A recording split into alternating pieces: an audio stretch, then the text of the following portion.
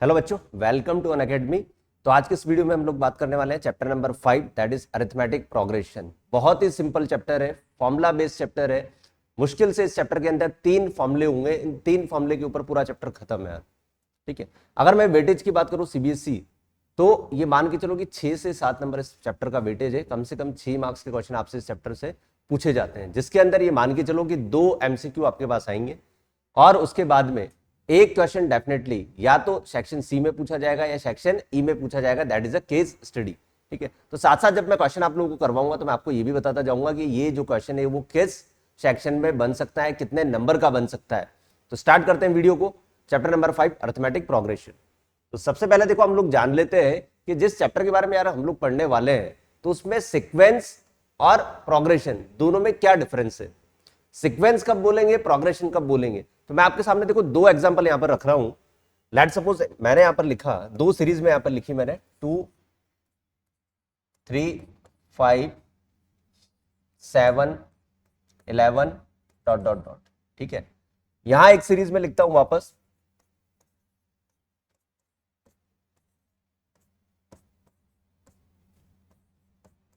Dot dot dot. ठीक है, फिर एक सीरीज मैंने लिखी वापस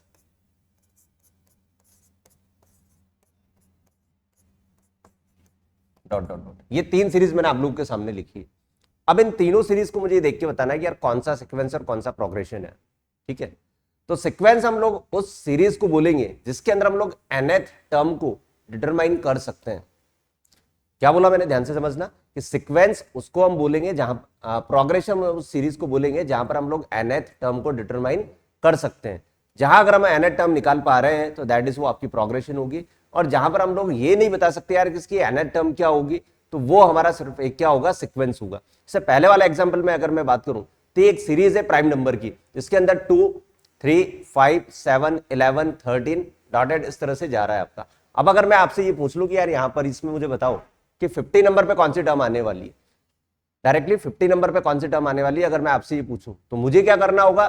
50 नंबर की टर्म जानने के लिए मुझे यही करना होगा कि यार मैं इसका सीक्वेंस को आगे बढ़ाता हुआ जाऊंगा और मैनुअली काउंट करूंगा, क्योंकि nth टर्म हम लोग डिटरमाइन नहीं कर सकते हैं। तो इसका मतलब ये हो गया कि ये जो है ये हमारा एक सीक्वेंस होगा।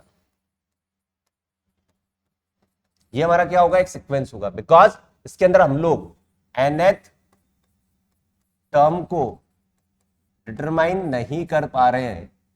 आई बात समझ में, nth टर्म को हम लोग डिटरमाइन नहीं कर पा रहे हैं, इसका मतलब ये होगा ये एक सीक्वेंस है।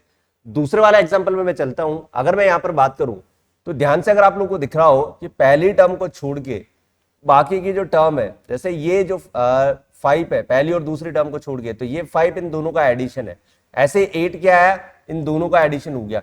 13 कैसे आया, 5 और 8 का एडिशन। 21 कैसे आया, 8 और 13 का एडिशन। इसका मतलब ये हो गया कि नेक्स्ट टर्म जो भी आ रही है वो उसके प्रीवियस 2 टर्म के सम का इक्वल है।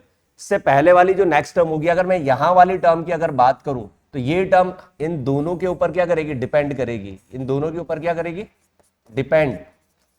ठीक है, तो यहां पर जो भी आंसर आने वाला है वो उसकी प्रीवियस टर्म के ऊपर डिपेंड करेगा। इसका मतलब अगर मैं आपसे पूछूं कि यार बताओ कि 78th टर्म इसकी क्या होगी, तो 78th टर्म निकालने के लिए 78 नंबर पे जो टर्म आएगी उसके पहले मुझे ये पता होना चाहिए कि इसके जस्ट पहले 2 टर्म्स कौन सी रही होगी, तभी मैं 78 नंबर की टर्म को निकाल सकता हूं। इसका मतलब यहां पर भी मैं nth टर्म को डिटरमाइन नहीं कर पा रहा हूं, nth टर्म को भी डिटरमाइन नहीं कर पा रहे हैं। इसका मतलब ये भी आपका क्या होगा, एक तरह से ये भी हमारा क्या होगा, सीक्वेंस।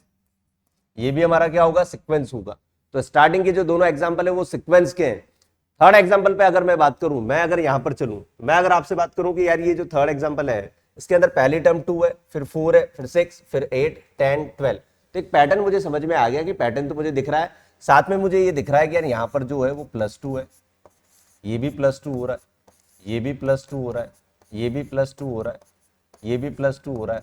इसका मतलब ये हो गया कि ये जो सीरीज चल रही मेरी एक इवन नंबर की चल रही है, जिसमें हर टर्म में मैं 2 ऐड कर रहा हूं, तो मुझे नेक्स्ट टर्म मिलती जा रही है। तो यहां अगर मैं बात करूं, मैं अगर आपसे पूछूं कि यार 50 नंबर पे क्या टर्म आएगी, तो 50 नंबर की टर्म को आप बहुत आसानी से कैलकुलेट कर सकते हो। दैट इज कितना हो जाएगा, इसकी अगर मैं जनरल टर्म की बात करूं, nth टर्म की अगर मैं बात करूं, तो nth टर्म को हम इस तरह से लिख सकते हैं कि 2n करके लिख सकते हैं। मतलब nth टर्म को हम यहां पर क्या कर सकते हैं, डिफाइन कर सकते हैं। nth टर्म इसकी अगर डिफाइन कर सकते हैं तो डेफिनेटली ये क्या होगी, एक प्रोग्रेशन होगी। ये हमारी एक प्रोग्रेशन होगी। और कौन सी वाली? Arithmetic progression. ये कौन सी प्रोग्रेशन होगी?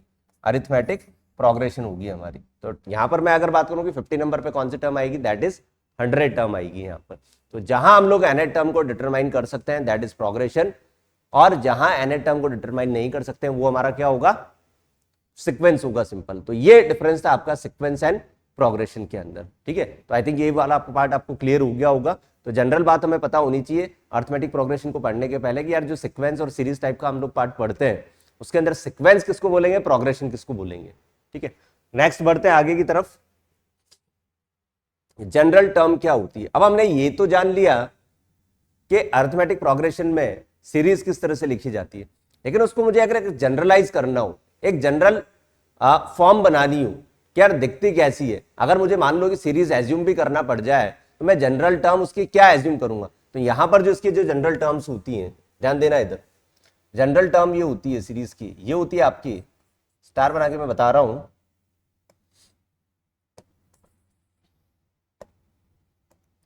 ठीक है। जनरल टर्म होगी, अगर फर्स्ट टर्म को मैं ए एज्यूम कर लूं, ठीक है, फर्स्ट टर्म को मैं ए एज्यूम कर लूं, तो मैंने बोला था कि एक कांस्टेंट टर्म इसके अंदर हम लोग ऐड करते हुए चलते हैं, एक कांस्टेंट टर्म हम लोग ऐड करते हुए चलते हैं फर्स्ट टर्म के अंदर, जिससे हमें सेकंड मिलेगी। फिर उस सेकंड टर्म के अंदर भी हम उसी कांस्टेंट टर्म को ऐड करेंगे तो थर्ड टर्म मिलेगी, थर्ड में फिर कांस्टेंट टर्म को ऐड करेंगे तो फोर्थ मिलेगी। ऐसे ये सीक्वेंस आपका चलता हुआ जाएगा।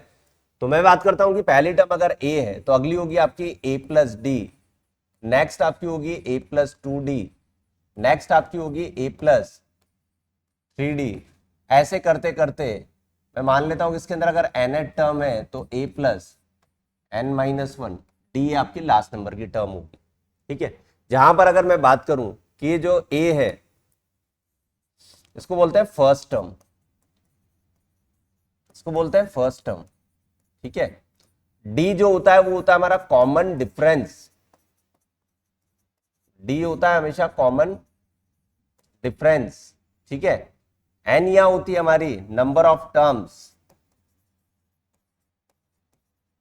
नंबर ऑफ टर्म्स, जिसके अंदर n ऑलवेज एक होता है नेचुरल नंबर, ये भी याद रखना है, ये होगा ऑलवेज एक नेचुरल नंबर, ठीक है। तो a हो जाएगा first term, d is the common difference और n हो जाएगा नेचुरल नंबर। तो ये तो मैंने सीख लिया, देखो ये तो मुझे पता चल गया कि यार ये क्या क्या चीजें होती है, इनके नाम भी मुझे पता चल गए। लेकिन अब बारी आती है कि यार d कैसे कैलकुलेट करें, d जो कॉमन डिफरेंस उसको कैसे कैलकुलेट करें। तो d का मतलब मैंने अभी आपको बताया है कि जो कांस्टेंट टर्म को हम ऐड करते हुए चलते हैं एवरी टर्म के अंदर, ठीक है। जैसे फर्स्ट में ऐड करोगे तो सेकंड मिलेगी, सेकंड में ऐड करोगे थर्ड मिलेगी, तो वही हमारा d होता है। तो कैलकुलेट कैसे करें भाई इसको, कि ये जो d होगा आपका, d को कैलकुलेट करने का तरीका क्या है कि d हमेशा second term minus first term होगा, d हमेशा second term minus first term. या फिर हम लोग ऐसा भी तो बोल सकते हैं कि थर्ड वाली टर्म ले लो, इसमें से सेकंड वाले को माइनस कर दो, ऐसा भी तो बोल सकते हैं। या फिर हम लोग बोल सकते हैं फोर्थ में से थर्ड वाली को माइनस कर दो, ऐसे ही चलेगा। तो बाद वाली टर्म में से उसके जस्ट पहले वाली टर्म को जब माइनस करेंगे तो हमें d वैल्यू मिलेगी d की, ठीक है। तो ये आपको याद रखना है कि d की वैल्यू आप लोगों को कैसे निकालनी है, second minus first, third minus second या फोर्थ माइनस थर्ड। बात करते हैं d के साइन की, तो d आपका पॉजिटिव भी हो सकता है, नेगेटिव भी हो सकता है और जीरो भी हो सकता है। d आपका तीनों हो सकता है भाई, पॉजिटिव, नेगेटिव और जीरो, तीनों ही चीजें d की पॉसिबल हो सकती है। अब आप बोलोगे यार d का ऐसा कौन सा एग्जांपल है जो जीरो आंसर दे, तो मैंने बात बोली फॉर एग्जांपल, मैं अगर आपसे बोलूं कि 2 5 8 11 डॉट डॉट डॉट, दूसरा एग्जांपल मैंने लिया 8 3 पांचवा -2 -7 डॉट डॉट डॉट, फिर एक एग्जांपल लिया मैंने 4 4 4 4 डॉट डॉट डॉट। तो ये तीनों ही सीरीज आपके अर्थमेटिक प्रोग्रेशन में है। फर्स्ट वाले में सीरीज आपकी इंक्रीजिंग जा रही है, देखो 2 + 3 5 5 3 8 8 3 11, मतलब यहां पर जो डी होगा कैसा होगा, पॉजिटिव डी होगा। सेकंड वाली सीरीज हमारी कैसे जा रही है, डिक्रीजिंग सीरीज है, तो यहां पर जो डी होगा वो नेगेटिव होगा। 3 minus 8 minus 5 minus 2 minus 3 minus 5 minus 7 minus 2, तो प्लस हो जाएगा -5। तो यहां पर जो होगा डी वो आपका नेगेटिव होगा। और इसमें आप देख रहे हो कि सेम नंबर आपका चलता जा रहा है, तो डी यहां पर कैसा होगा, 0 होगा। तो ये तीनों ही एग्जाम्पल आपके पॉजिटिव, नेगेटिव और जीरो के हो सकते हैं। तो डी के बारे में हमें याद रखना है कि डी आपका पॉजिटिव भी आ सकता है, डी आपका नेगेटिव भी आ सकता है और जीरो भी आ सकता है। सीरीज अगर डिक्रीजिंग है तो डी डेफिनेटली कैसा होगा, नेगेटिव होगा। तो ये डी के बारे में हम लोग जान लिया। ये जो हमारा होगा इसको बोलते हैं जनरल टर्म। तो अगर आपको अर्थमेटिक प्रोग्रेशन एज्यूम करना पड़ जाए तो कुछ इस तरह से हमें उसको एज्यूम करना है, ठीक है। आगे देखो बापू, डी अभी हमने पढ़ा कि second minus third, third minus second, fourth minus third, इस तरह से कुछ होता है। तो डी के ऊपर भी एमसीक्यू पर्टिकुलर आपसे पूछा जा सकता है, एक सीरीज आपको देके क्या डी की वैल्यू बताओ क्या होगी यहाँ पर, ठीक है। उसके पहले मैं आप लोगों को बता देता हूं, ठीक है, स्टार बना के लिखिएगा कि एफ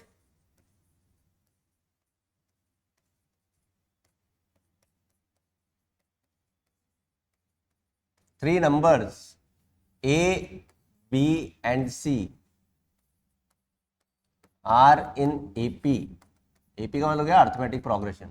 अगर आपके 3 नंबर ए बी और सी अर्थमेटिक प्रोग्रेशन है तो हमेशा आपको कौन सी कंडीशन अप्लाई करनी है जो आपको क्वेश्चंस को सॉल्व करने में मदद करेगी, हेल्प करेगी। तो एक बात बताओ, अगर ये तीनों नंबर्स आपके एपी में है, मैं बात करूं कि ये ए, ये बी और ये सी अगर एपी में है, तो इसका मतलब हो गया कि यहां से यहां तक का जो डी होगा वो भी यहां से यहां तक का डी होगा। मतलब डी इन दोनों केस में सेम ही होने वाला है। तो अगर मैं डी की बात करूं यहां से पहली दो टर्म से, तो क्या बी माइनस ए लिख सकते हैं, और डी को हम लोग ऐसे भी तो लिख सकते हैं सी माइनस बी। तो इन दोनों को अगर मैं इक्वेट कर दूं, B minus A equal to C minus B, B इधर आएगा तो हो जाएगा 2 टाइम ऑफ बी और ए उधर जाएगा ए प्लस सी। तो ये कंडीशन हमें याद रखनी है ऑलवेज, कि जब भी अगर 3 नंबर आपके अर्थमेटिक प्रोग्रेशन में होते हैं तो दैट मीन्स आपका ये हो गया कि मिडल टर्म जो होगी आपकी उसका ट्वाइस रिमेनिंग 2 के सम के इक्वल होगा। तो 2b equal to A plus C, ये कंडीशन आप लोगों को याद रखनी है, बहुत इंपॉर्टेंट कंडीशन है।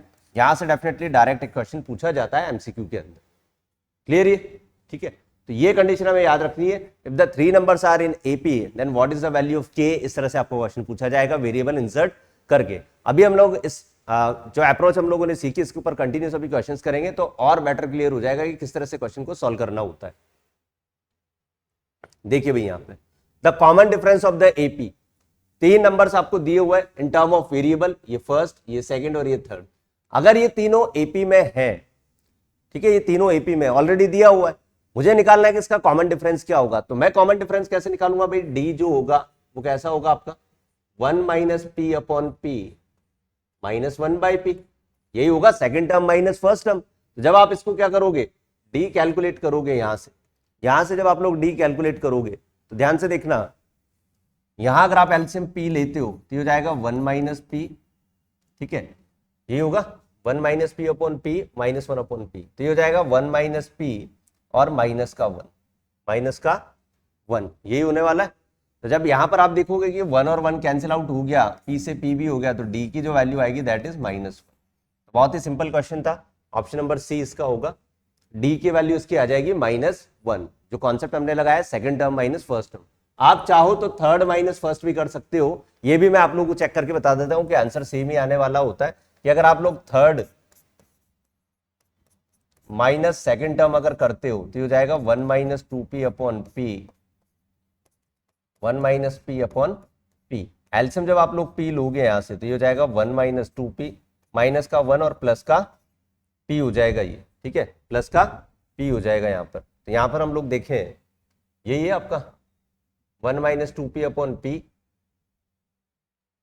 1 माइनस 2p अपॉन पी, और ये हो गया आपका 1 minus p upon P. P एल्सियम ले लिया तो ये जाएगा 1 माइनस 2p माइनस का 1 और प्लस का p हो जाएगा यहाँ पे। तो ये 1 से 1 कैंसिल, माइनस का 2p और प्लस का p मिलके कितना हो जाएगा भाई, वापस क्या माइनस p आ जाएगा, p से p कैंसिल हो जाएगा, तो आंसर यहाँ पर भी आपका -1 ही आने वाला है। तो दोनों ही केस में आंसर सेम आएगा। ये जस्ट मैंने आप लोगों को बताया क्रॉस चेक करके कि आप सेकंड माइनस फर्स्ट लो, ठीक है, या थर्ड माइनस सेकंड लो, सेम ही आंसर आने वाला आता है। अगले क्वेश्चन पे चलते हैं हम लोग। The value of the 4 which the 2x, x plus 10 and 3x plus 2 are in the AP. तो जिस क्वेश्चन की मैं बात कर रहा था कि अगर आपके पास 3 नंबर एपी में है अवेलेबल, तीनों अगर आपके एपी में है, तो मुझे कंडीशन पता है कि यार 2 टाइम ऑफ बी जो होता है वो a प्लस सी के इक्वल होता है। तो 2 इंटू ये हो जाएगा आपका x plus 10 equal to a की वैल्यू हो जाएगी आपकी 2x प्लस c हो जाएगा 3x प्लस 2। तो ये आपका हो जाएगा 2x plus 20 is equal to 5x plus 2। 2 इधर जाएगा 18, ये आपका हो जाएगा 3x और x की वैल्यू यहां से आ जाएगी आपकी 6। तो बहुत सिंपल क्वेश्चन था, डायरेक्टली आपका फॉर्मूला बेस्ड क्वेश्चन था। x की वैल्यू यहां से आ जाएगी आपकी 6। तो मिडिल टर्म का 2 times equal to sum of remaining 2 terms. ये आपको याद रखना है when 3 terms a, b and c are given in AP। ये चीज आप लोगों को याद रखनी है, ठीक है। बढ़ते हैं आगे की तरफ। If ABC are in the AP, the common difference in D, then what is the value of A minus 2B plus C? तो ये थोड़ा सा अच्छा क्वेश्चन है, ठीक है। ये थोड़ा बहुत अच्छा क्वेश्चन है। देखो कैसे अच्छा क्वेश्चन है ये। मुझे बोला है कि ABC AP में है। अगर आपका ABC AP में है, ये दिया हुआ है कि ABC ये AP में है, ठीक है। अगर ये AP में है तो मुझे कंडीशन पता है कि यार 2 टाइम ऑफ B जो होगा वो A प्लस सी के इक्वल होगा। 2 time of B A plus C के इक्वल होगा, ठीक है। इसको मैं थोड़ी देर के लिए क्या मान लेता हूं, इक्वेशन नंबर 1 ले लेता हूं। अब मुझसे जो पूछा गया है कि भैया बताओ कि a माइनस 2b माइनस सी का आंसर क्या आएगा, ठीक है। इसका वैल्यू पूछा है मुझसे कि a माइनस 2b माइनस सी का आंसर क्या आएगा। a माइनस 2b माइनस सी का आंसर क्या आने वाला है। तो मैं सीधा सीधा 2b की value a plus C put कर दूं यहां पे, ऐसा कर सकते हैं। तो हो जाएगा a, या फिर हम लोग इसको ऐसे भी तो लिख सकते हैं a माइनस इसको a प्लस सी लिख देते हैं और ये हो गया माइनस का c। a और a आपका कट जाएगा, ये बचेगा आपका माइनस का 2 टाइम ऑफ c, ये माइनस का 2c। लेकिन जब आप ऑप्शन पे नजर मारोगे तो माइनस 2c कहीं भी अवेलेबल नहीं है। आंसर हमारा a और d की फॉर्मेट में, किसमें है, a और d की फॉर्मेट में हमारे पास में आंसर अवेलेबल है। तो ध्यान देना भाई, ध्यान से देखेंगे। इसको मैंने यही छोड़ दिया। मुझे अच्छी तरह से पता है कि यार d इसने अगर कॉमन डिफरेंस दिया हुआ है तो d का यूज मुझे करना होगा, बिकॉज ऑप्शन में d दिया हुआ है। तो मैं क्या काम करता हूं, ध्यान से देखो, देखो ये d जो है, मैं b माइनस ए को क्या d लिख सकता हूं, ठीक है। ऐसे c माइनस बी को, इसको भी d लिख सकता हूं, कर सकते हैं ऐसा। इन दोनों को अगर ऐड कर दें भाई, दोनों को अगर आप ऐड कर दो तो b का किस्सा खत्म।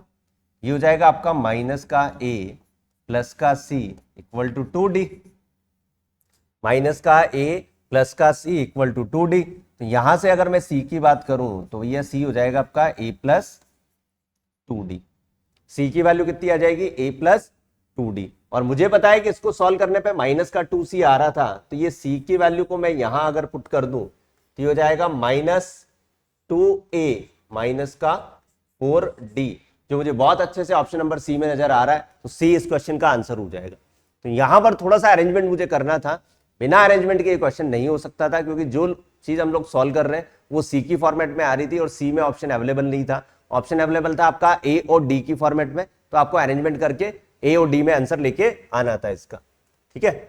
तो ये जो स्टार्टिंग के 3 क्वेश्चन थे आपके डी के ऊपर बेस्ड थे कि कॉमन डिफरेंस के ऊपर किस तरह का क्वेश्चन बन सकता है। जो सेकंड टाइप का क्वेश्चन हमने किया था, सेकंड नंबर का क्वेश्चन जो किया है, वो आने के ज्यादा चांसेस होते हैं डी के केसेस में। ये एबीसी अगर आपके एपी में है तो बी माइनस ए सी माइनस बी के इक्वल होगा। इसका मतलब ये हो जाएगा कि डी दोनों केसेस में सेम होगा। या हम डायरेक्ट कंडीशन लगा सकते हैं जो हमने जनरेट की है कि 2 time of B equal to A plus C, ये कंडीशन भी हम लोग अप्लाई कर सकते हैं। नेक्स्ट इसके अंदर जो है कि फॉर्मुले की मैं आप लोगों को देखो चैप्टर के अंदर ये बात कर रहा था कि इस चैप्टर के अंदर गिनती के 3 से 4 फॉर्मुले, मुश्किल से 3 से 4 फॉर्मुले। इन तीनों चारों फॉर्मुले के ऊपर ये चैप्टर आपका टिका हुआ है, बेस इसका यही है। तो 3 से 4 फॉर्मुले अगर हमने याद कर ली, जो हम बहुत अच्छे से याद कर सकते हैं, और इनको अप्लाई करना अगर सीख गए तो ये मान के चलो कि 6 से 7 नंबर इस चैप्टर के फिक्स है। पूरे में से पूरे नंबर आप लोग लेके आ सकते हो।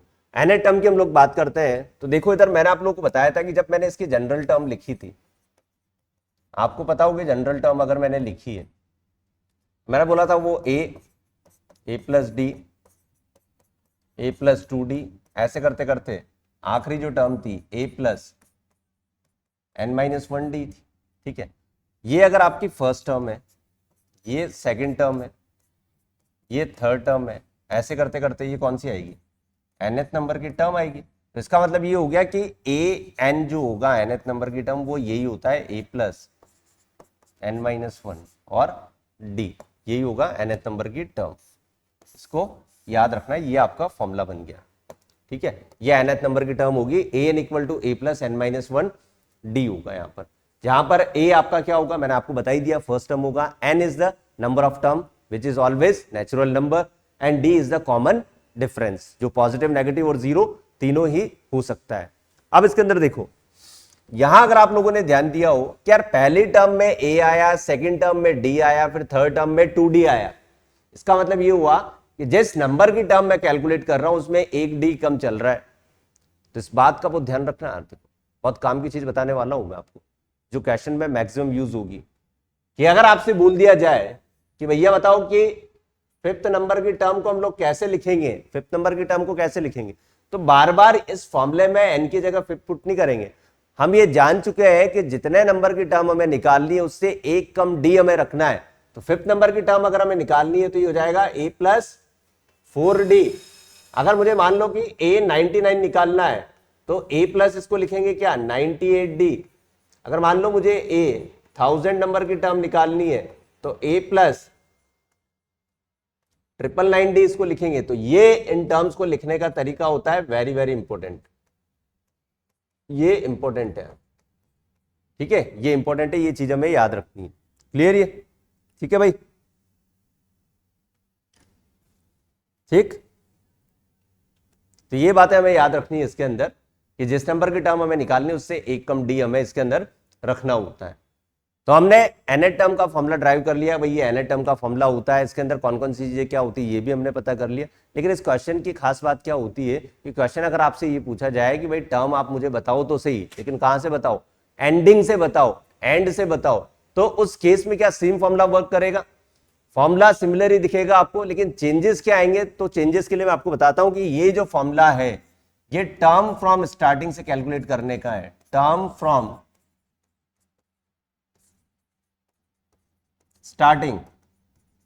स्टार्टिंग से कैलकुलेट करने का फॉर्मूला है ये। लेकिन अगर मुझे एंडिंग से निकालना है तो उसका फॉर्मूला कुछ इस तरह से होगा, A N equal to L minus N minus 1d। भाई ये फॉर्मूला होगा एंडिंग से निकालने का, ठीक है, ये एंडिंग से निकालने का फॉर्मूला होगा। क्लियर ये, तो इसको बोलेंगे हम term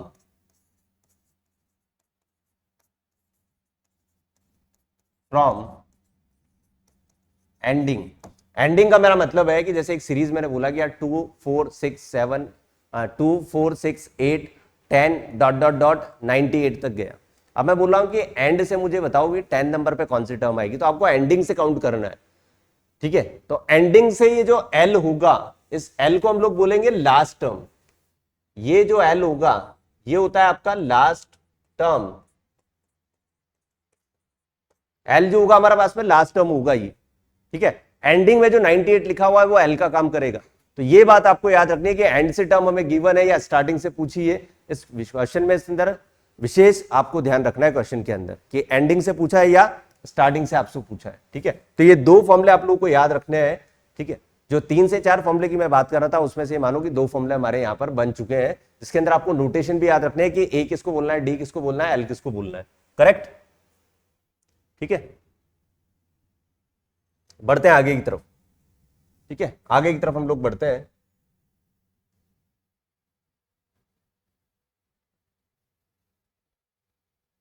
the term of AP, nth term इसकी बतानी है आप लोगों को। nth टर्म बताने के लिए भैया 3a 5a और ये आपको सीरीज गिवन है, a 3a 5 है, तो इसके nth टर्म जब आप लोग कैलकुलेट करोगे तो a n इक्वल टू, मुझे पता है कि फॉर्मूला होता है हमारे पास में a plus n minus 1 d, ठीक है।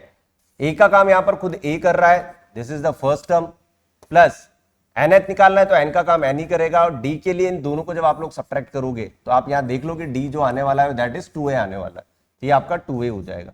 सॉल्व जब आप इसको करोगे तो a प्लस 2na माइनस का 2a, ये हो जाएगा आपका 2na माइनस का a बचेगा आपका, आप चाहो तो यहां से a कॉमन ले सकते हो, ब्रैकेट में बचेगा 2n minus 1, this is the nth term of this AP। तो ऑप्शन नंबर इसका बी करेक्ट हो जाएगा, बी ऑप्शन इसका करेक्ट हो जाएगा। तो बी ऑप्शन आपका दिया हुआ है 2n माइनस 1 इंटू ए, ये हमारा सही आंसर होगा इस क्वेश्चन में, ठीक है। तो जो nth टर्म का फॉर्मूला हमने पढ़ा है उसके ऊपर बेस्ड हम लोग कंटिन्यूस अभी क्वेश्चंस करने वाले हैं।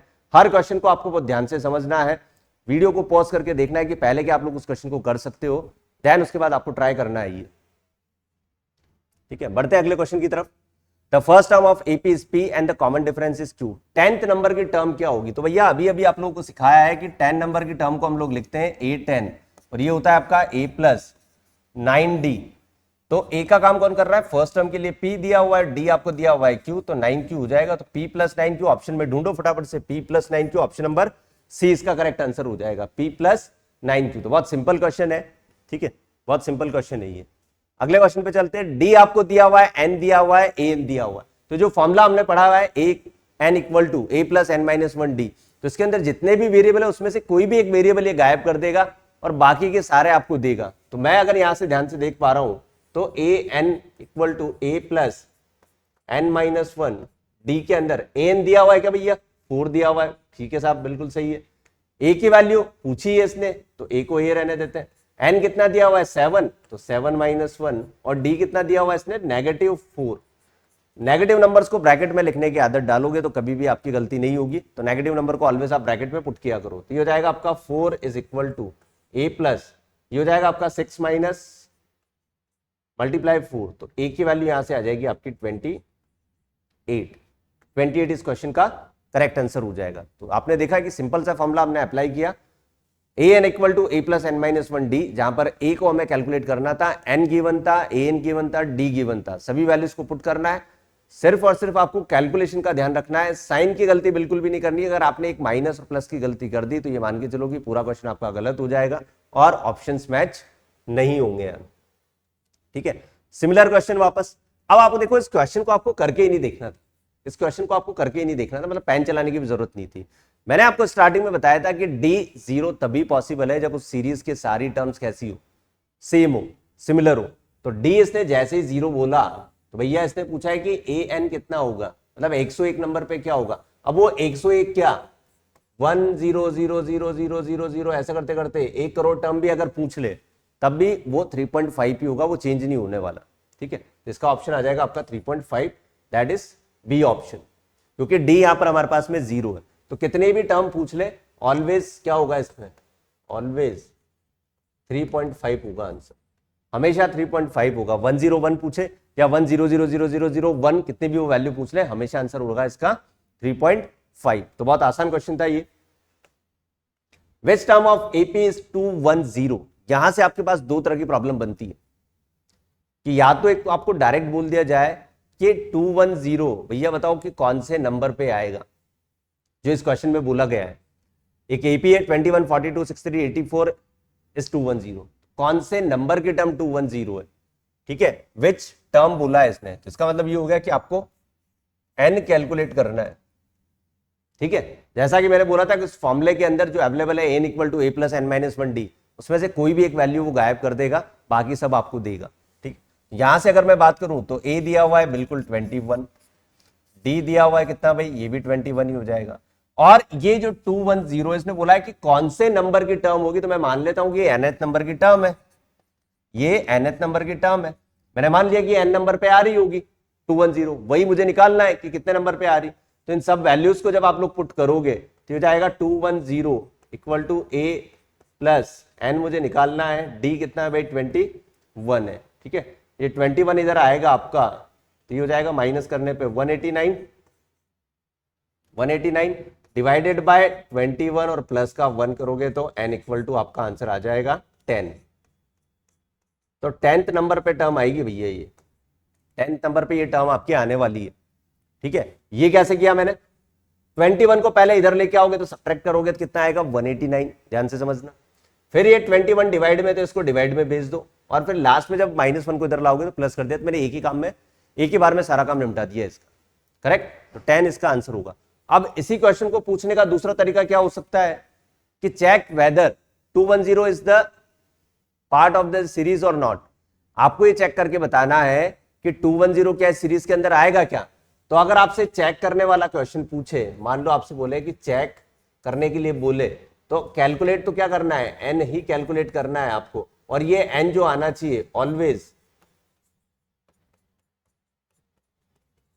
नेचुरल नंबर आना चाहिए, तो ये सीरीज का पार्ट होगा, otherwise otherwise not part of series. ठीक है, नॉट पार्ट ऑफ सीरीज। समझ पा रहे हो उसको?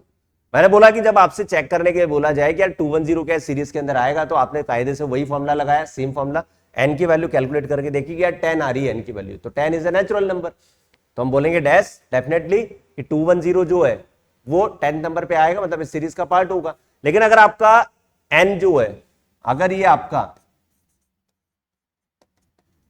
डेसिमल नहीं हो सकता, फ्रैक्शन भी नहीं हो सकता, तो एन अगर आपका डेसिमल और फ्रैक्शन में आता है तो इसका मतलब ये हो गया कि जो गिवन नंबर है उस सीरीज के अंदर कभी भी नहीं आएगा। तो ये चेक करने का तरीका हो गया एक तरीके से। तो इसी क्वेश्चन को दो तरीके से आपसे पूछा जा सकता है। If the common difference of AP is 5 then what is the value of this. Common difference अगर 5 है तो जो तरीका मैंने आप लोगों को बताया था वो देखो अभी यहां काम आने वाला है। A18 को हम लिखते हैं A+17D। सिमिलरली इसको लिखेंगे A+12D। ए से ये क्या था, क्योंकि माइनस है बीच में, ठीक है, माइनस है बीच में, 17D में से 12D जाएगा तो ये बचेगा आपका 5D, और 5 इंटू डी दिया हुआ है आपको 5, तो आंसर आएगा 25।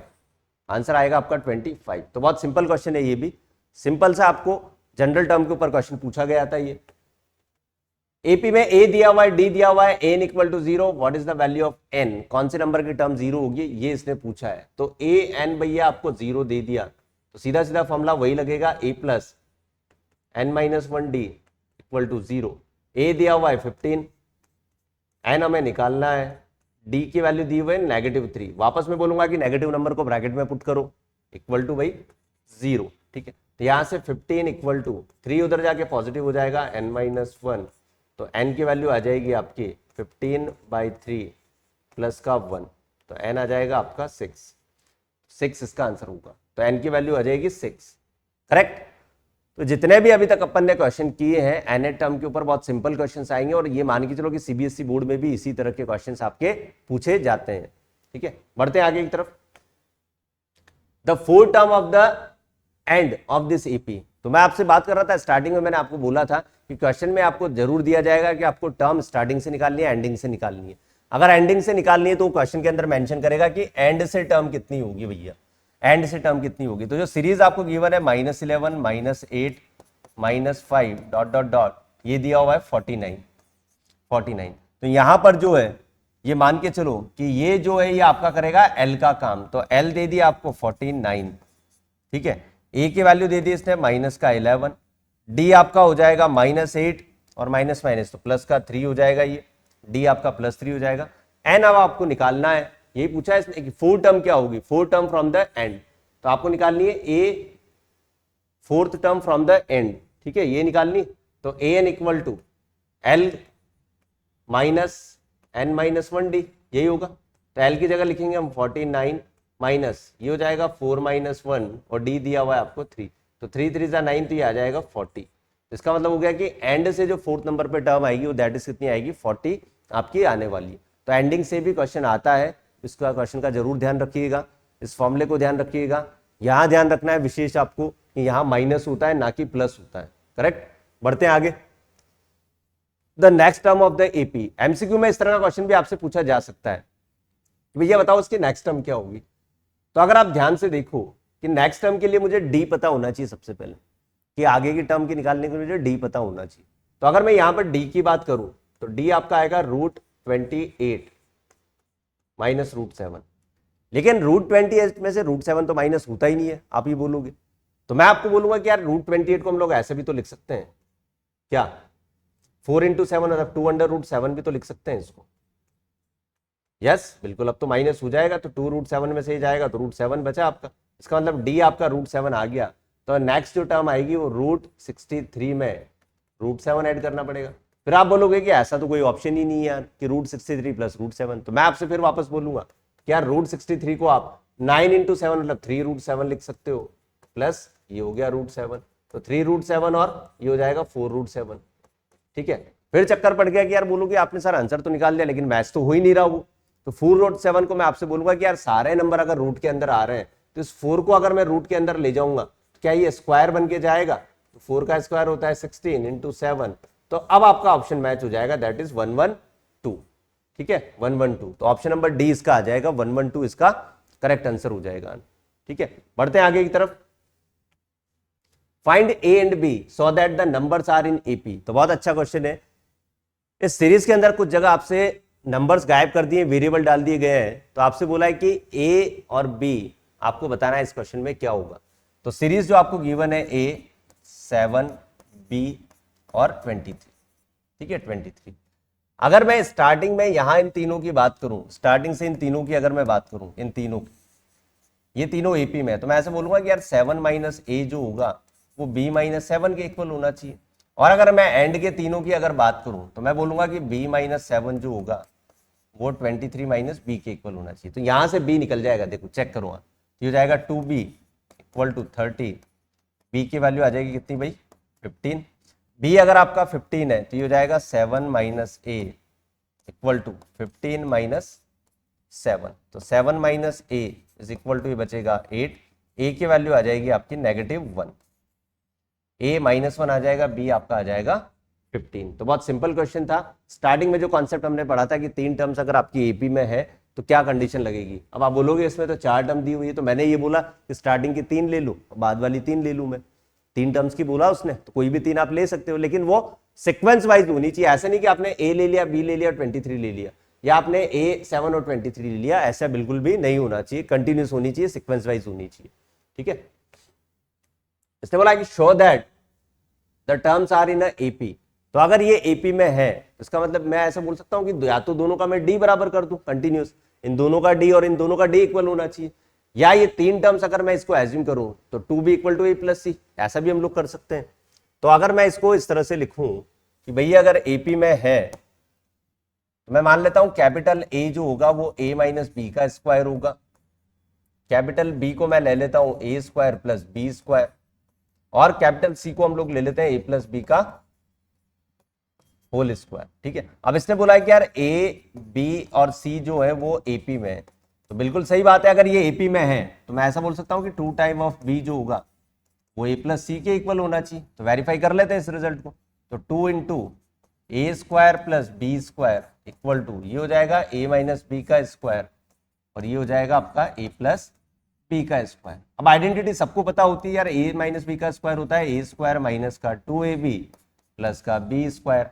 ऐसे ही होगा ए स्क्वायर प्लस का 2ab और प्लस का बी स्क्वायर। इधर हमने लिखा 2 ब्रैकेट ए स्क्वायर प्लस बी स्क्वायर। ध्यान देना इधर देखो, माइनस का 2ab और प्लस का 2ab कटा, ए स्क्वायर और ए स्क्वायर मिलके हो गया आपका 2a स्क्वायर, बी स्क्वायर और बी स्क्वायर मिलके हो गया 2b स्क्वायर। जो एलएचएस में ऐसा कैसा लिखा हुआ ये भी 2a square plus 2b square. तो बस ये क्या हो जाएगा, हेंस प्रूव्ड। एलएचएस और आरएचएस अगर इक्वल आ गई तो ये आपका इस तरह से प्रूव्ड हो जाएगा। तो इस तरह से आपको इसको प्रूव करना था। क्वेश्चन बहुत आसान था, सिर्फ एल्जेब्रिक आइडेंटिटी यूज करके प्लस माइनस यहाँ पे हमें करना था इसके अंदर। ठीक है, तो ये सारे क्वेश्चन थे आपके nth टर्म के ऊपर डिपेंड करते थे सारे। nth टर्म का फॉर्मूला जो होता था उसके ऊपर बेस्ड सारे क्वेश्चन हमने किए, एमसीक्यू भी कराए और सब्जेक्टिव भी क्वेश्चंस करना उससे सीख लिया हमने। नेक्स्ट इसके अंदर आ गए आपका कि sum of the nth term. nth term हम लोग निकालना सीख गए। अब अगर आपसे पूछा जाए कि यार वो जो सीरीज बनी हुई है उस सीरीज का अगर सम मुझे निकालना हो तो कैसे हम लोग निकालें, क्या एक एक नंबर को ऐड करना स्टार्ट करेंगे? तो उससे बेटर यहां पर एक रिजल्ट हमें मिलेगा सम निकालने का, एस एन से उसको हम जनरली डिनोट करेंगे एस एन से। तो एस एन का जो फॉर्मूला होगा वो होगा आपका n/2 2a plus n-1 into D. ठीक है, सम ऑफ अर्थमेटिक प्रोग्रेशन।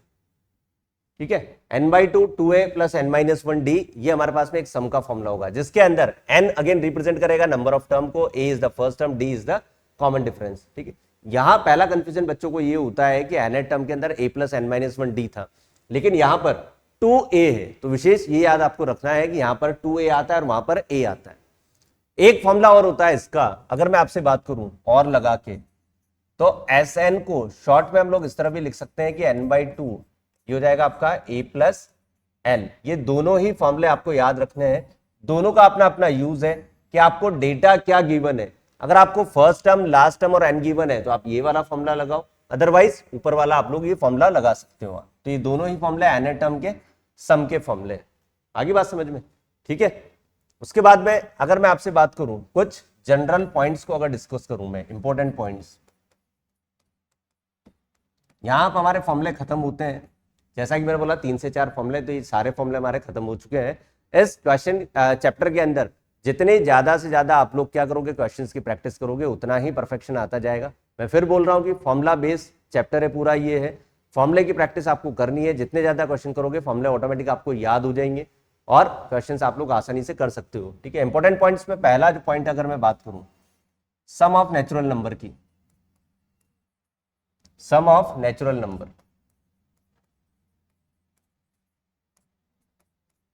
ठीक है। नेचुरल नंबर को हम लोग सब जानते हैं 1 2 3 4 plus dot dot dot n। तो इसका जो सम होता है Sn, ये फॉर्मूला आप लोगों ने बचपन में भी पढ़ा होगा, बहुत सी बार देखा होगा, n into n plus one divided by 2। तो अगर नेचुरल नंबर के सम की बात आती है तो फिर ये कुछ फॉर्मूला उमला में नहीं लगाना, डायरेक्ट ये वाला याद रखना है, एमसीक्यू के लिए एप्लीकेबल है ये, क्या एमसीक्यू के लिए याद रखना है हमें। अब इसकी खास बात ये है कि जो सीरीज आपकी स्टार्ट होनी चाहिए वो 1 से स्टार्ट होनी चाहिए। फिर ऐसा नहीं होना चाहिए कि सीरीज आप 4 से स्टार्ट कर रहे हो और मान लो 4 से लेकर 99 तक के नंबर ऐड कर रहे हो, फिर डायरेक्ट आप इसके अंदर वो वैल्यू पुट नहीं करोगे यार।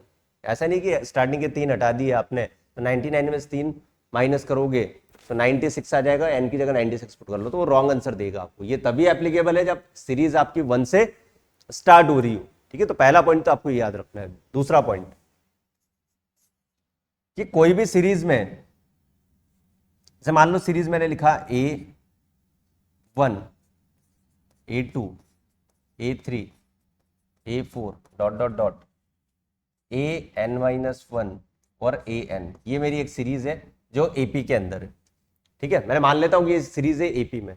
तो इस सीरीज के अंदर हमेशा ध्यान रखना, एक कॉन्सेप्ट बहुत अच्छे से यूज होता है कि फर्स्ट टर्म और लास्ट टर्म का सम, फिर A2 plus AN-1 equal to A3 plus AN-2, ऐसे करते करते सेम होता है, इक्वल होता है। मतलब पहली और आखिरी टर्म का सम, सेकंड और पीछे से सेकंड लास्ट, आगे से थर्ड और पीछे से थर्ड, आगे से फोर्थ और पीछे से फोर्थ नंबर की टर्म का सम जो होता है ऑलवेज सेम चलता है। ये लॉजिक भी काफी बार पूछा गया है, ठीक है, एमसीक्यू में पूछा जा सकता है आपसे। तो एमसीक्यू लिए स्पेशली ध्यान रखना।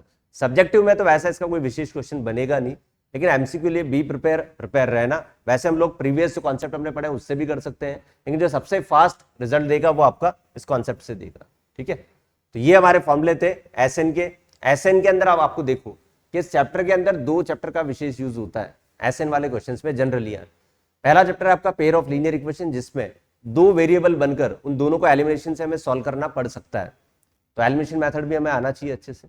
दूसरा, जब भी एन फाइंड करना होगा सम वाले क्वेश्चन के अंदर, तो वहां डेफिनेटली एक क्वाड्रेटिक इक्वेशन बनेगी, तो उस क्वाड्रेटिक को सॉल्व करने के लिए फैक्टराइजेशन भी हमें आना चाहिए। तो ये 2 जो टॉपिक है विशेषकर इसके अंदर यूज होते हैं स्पेशली, ठीक है। अभी जब हम लोग क्वेश्चन करेंगे तो और क्लियर हो जाएगा। क्वेश्चन पे चलते हैं। देखो क्वेश्चन में बोला है कि first term of AP is -5 and the common difference is 2, then the sum of the first 6 terms.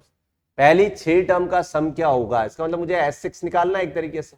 तो S6 के लिए मैं ये लिखूंगा n/2 मतलब 6/2, 2a की वैल्यू कितनी दी है भाई -5, 2 इंटू -5 प्लस n-1 मतलब 6 नंबर की टर्म निकालनी है, और d कितना दिया हुआ अभी 2।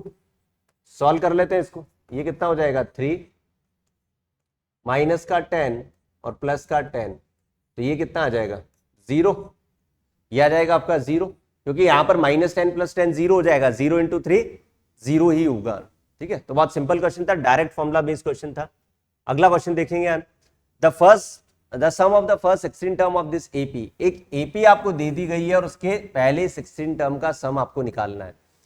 तो जब भी अगर सब्जेक्टिव क्वेश्चन आएगा, अभी ये ऑब्जेक्टिव है, सब्जेक्टिव क्वेश्चन अगर आपका आता है तो आपको लिखना है सबसे पहले कि भाई ए दिया हुआ है 10, डी आपको दिया हुआ है कितना 6 - 10 दैट इज -4, ठीक है। उसके बाद आपको दिया हुआ है n की वैल्यू 16 दी हुई है, और आपसे पूछा है S16 सम ऑफ 16 टर्म पूछा है। तो S16 को जब हम लोग कैलकुलेट करेंगे तो ये हो जाएगा 16/2 दैट इज n/2, 2a कितना है भाई 10 है तो ये 20 हो जाएगा, प्लस n-1, तो 16-1, और d कितना आ जाएगा यहाँ पे माइनस का 4, ये हो जाएगा आपका 8, ये हो जाएगा आपका 20, ये आएगा आपका 15 इंटू 4 माइनस का 60, ठीक है। तो 8 इंटू माइनस का 40 बचेगा आपका -40, तो आंसर आएगा माइनस का 320, तो ऑप्शन नंबर ए इसका बिल्कुल करेक्ट आंसर हो जाएगा। तो माइनस का 320 इसका करेक्ट आंसर होगा। बढ़ते हैं आगे की तरफ। If the sum of the series, अगर आपकी सीरीज के अंदर प्लस के साइंस अवेलेबल है, दैट मीन्स उसका डेफिनेटली सम आपको निकालना होगा, ठीक है। तो ये क्वेश्चन देखो, इसका डेटा हो सकता है थोड़ा सा मिसप्रिंटिंग हो सकता है। मैं आपको बोलता हूं कि इसके अंदर आपको सम निकालना है। सम कैलकुलेट करने के लिए आपको देखो ए दिखना पड़ेगा, दैट इज 2, ठीक है। ए आपका 2 हो गया, फिर उसके बाद डी की अगर आप बात करो तो वो 3 हो जाएगा, ठीक है।